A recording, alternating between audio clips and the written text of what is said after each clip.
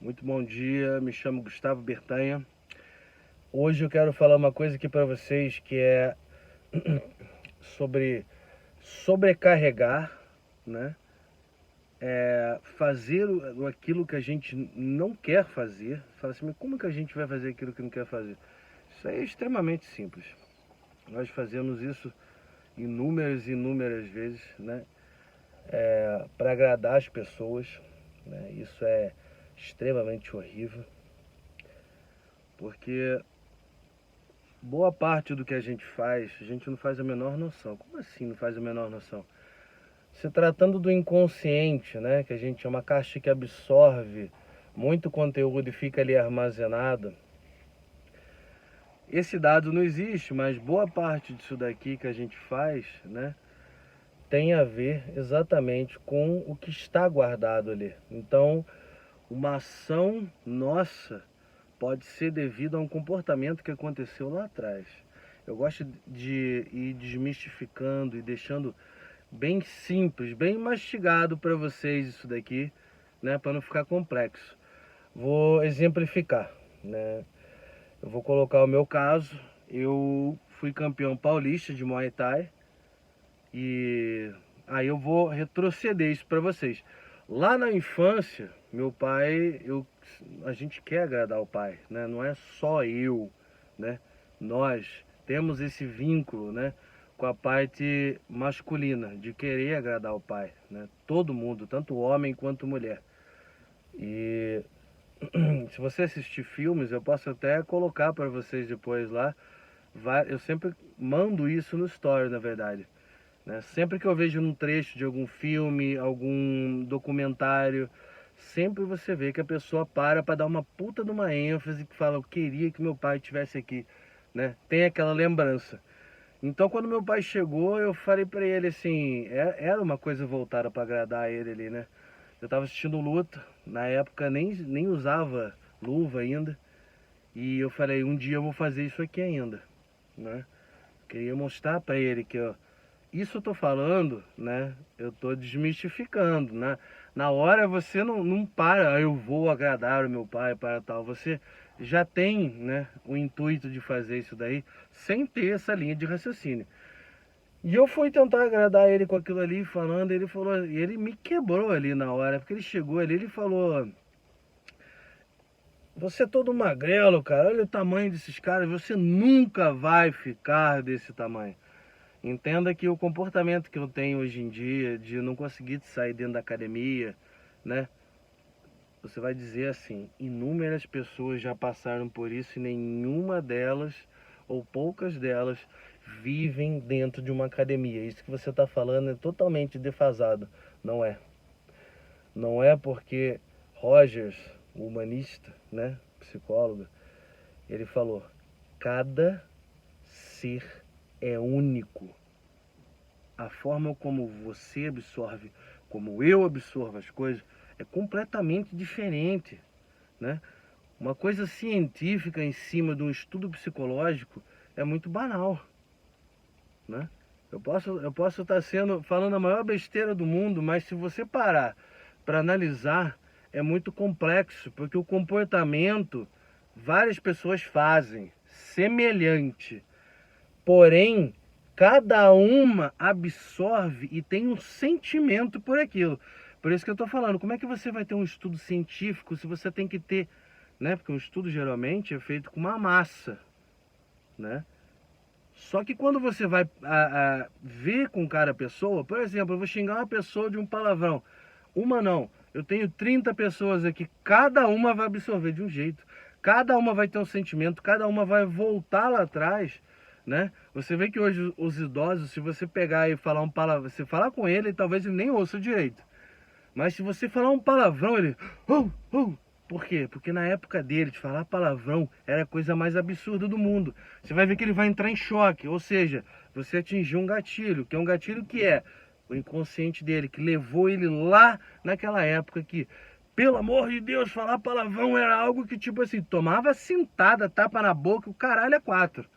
Era algo avassalador falar um palavrão. Por isso que você está conversando com ele, você fala, solta um palavrão ali, ele trava. E aí, voltando. Quando ele falou isso pra mim, eu travei ali, porque no momento eu não podia fazer muita coisa, mas aquilo ficou ali guardado. E tanto que eu fui, me envolvi em academia, cresci, fiz curso de musculação, fui formado, né, sou formado em educação física, né?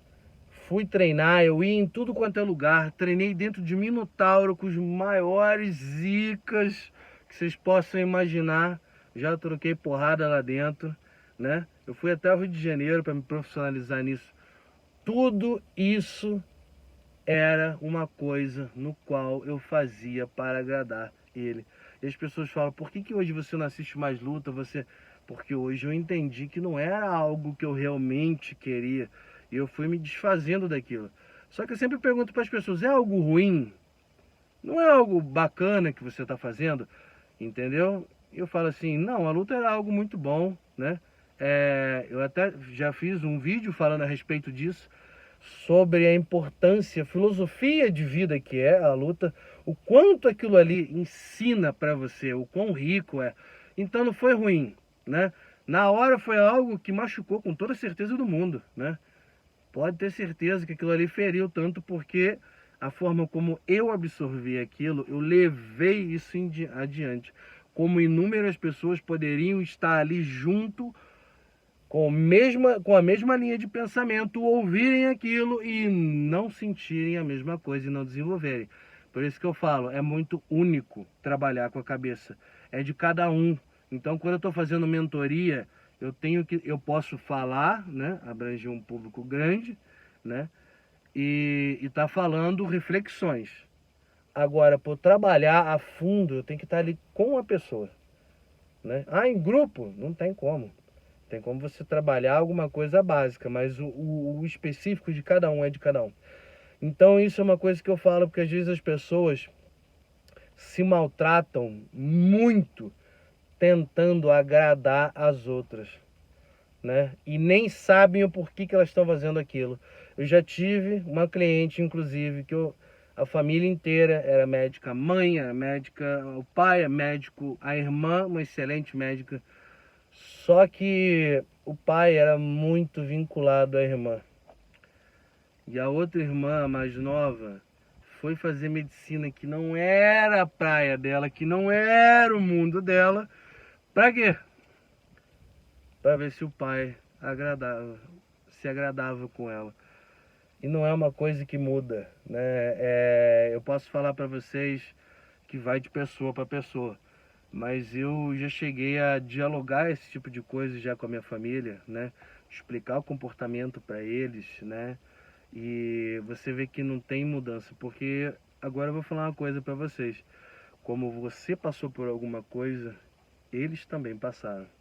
Eles têm as travas deles, eles têm o comportamento deles, tudo devido ao que eles passaram na vida deles. Então, é muito mais simples. O que eu trabalho com as pessoas em vez de você tentar mudar o outro, aprenda você. Como eu sei certos comportamentos dos meus pais, o que eu faço? Eu sei me policiar com a forma como eles falam tal coisa, como eles lidam com tal coisa. E é isso que eu ensino para as pessoas, é com quem você vai conviver, né? O meu avô uma vez me disse assim, foi a pior coisa do mundo que tem é uma mulher infeliz, né? Que não se agrada com nada. Indiretamente ele estava filosofando e sendo um psicólogo ali. Na verdade, esse não é só a mulher, mas tipo assim, qualquer pessoa no qual você dê o sangue, né? E você vê que você sempre acha que a culpa é sua, você gosta daquela pessoa, e a pessoa nunca se agrada, a pessoa nunca está feliz. Você faz Deus e o mundo, vira o mundo de ponta cabeça, e aquela pessoa ainda continua daquele jeitinho escroto. Resumindo, né? E aí você para refletir e você pensa assim, caralho, eu sou um merda. Eu não consigo chegar a esse ponto, a esse nível, né? O que mais eu tenho que fazer? Na verdade, a culpa não é sua. Na verdade, quem tá com um probleminha é outra pessoa. E ela sempre vai dizer que o que você faz está errado, que não sei o quê, porque é muito difícil nós pararmos e olharmos para dentro de nós. O autoconhecimento é a coisa mais complexa que tem, né? De você parar. E é por isso que eu venho sempre aqui, que eu gosto e eu trabalho com isso. Eu tenho um prazer imenso, né? Que é para mostrar para as pessoas: não gaste seu precioso tempo, né, com pessoas que não vão se agradar, né? Você pode até dialogar, como eu já fiz com inúmeras pessoas, no qual, fora trabalho, estou falando de pessoas de convívio. Só que eu notei que as pessoas não queriam mudar. Que estavam, como eu disse, treinar para mim era algo magnífico, é magnífico. E eu não precisava mudar, isso não era algo ruim. E para eles também não é algo ruim. Eles não estão muito aí se importando em me agradar quando eu falei isso, né? De eu mostrar o ponto de vista no qual eles estavam me desagradando com certos comportamentos. E para eles estava tudo bem daquele jeito, né? Era mais ou menos assim: foda-se você, Gustavo. E aí, né? Tem até o livro, né? Que fala como aprender a atacar o foda-se. Não é bem esse coisa. Nesse ponto de vista, não existe, eu nem li o livro, mas eu vou falar pra vocês, não tem como tacar o foda-se. Porque se você jogar todas as folhas pra cima, depois você vai ter que acabar, no fim das contas, pegando de volta. O que o cara queria dizer, com toda certeza, quem já leu pode até retratar isso pra mim, né? É o seguinte: você pode entender como funciona aquilo, né? Da forma como eu expliquei, como eu compreendo, e tacar o foda-se para o comportamento dos outros. Eles vão ser assim mesmo, essa é a natureza deles, não vai mudar. O que eu preciso fazer é sair de perto de quem não me agrada. Foi isso que eu aprendi e assim eu vivo muito bem. Eu falei ontem no story, né? E muita gente gostou dessa parte.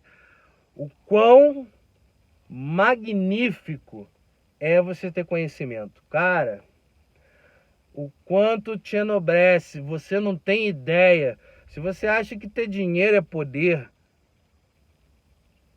conhecimento é muito mais.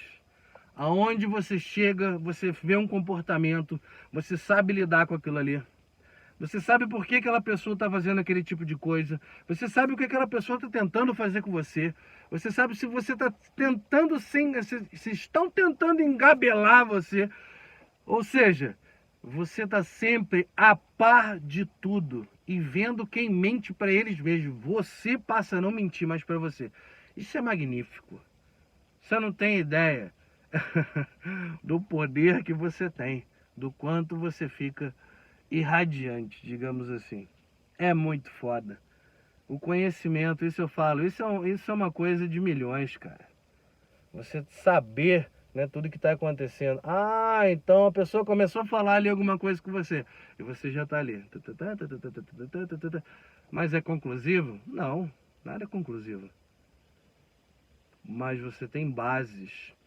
E quanto mais a pessoa fala, mais ela dá peça de quebra-cabeça para você.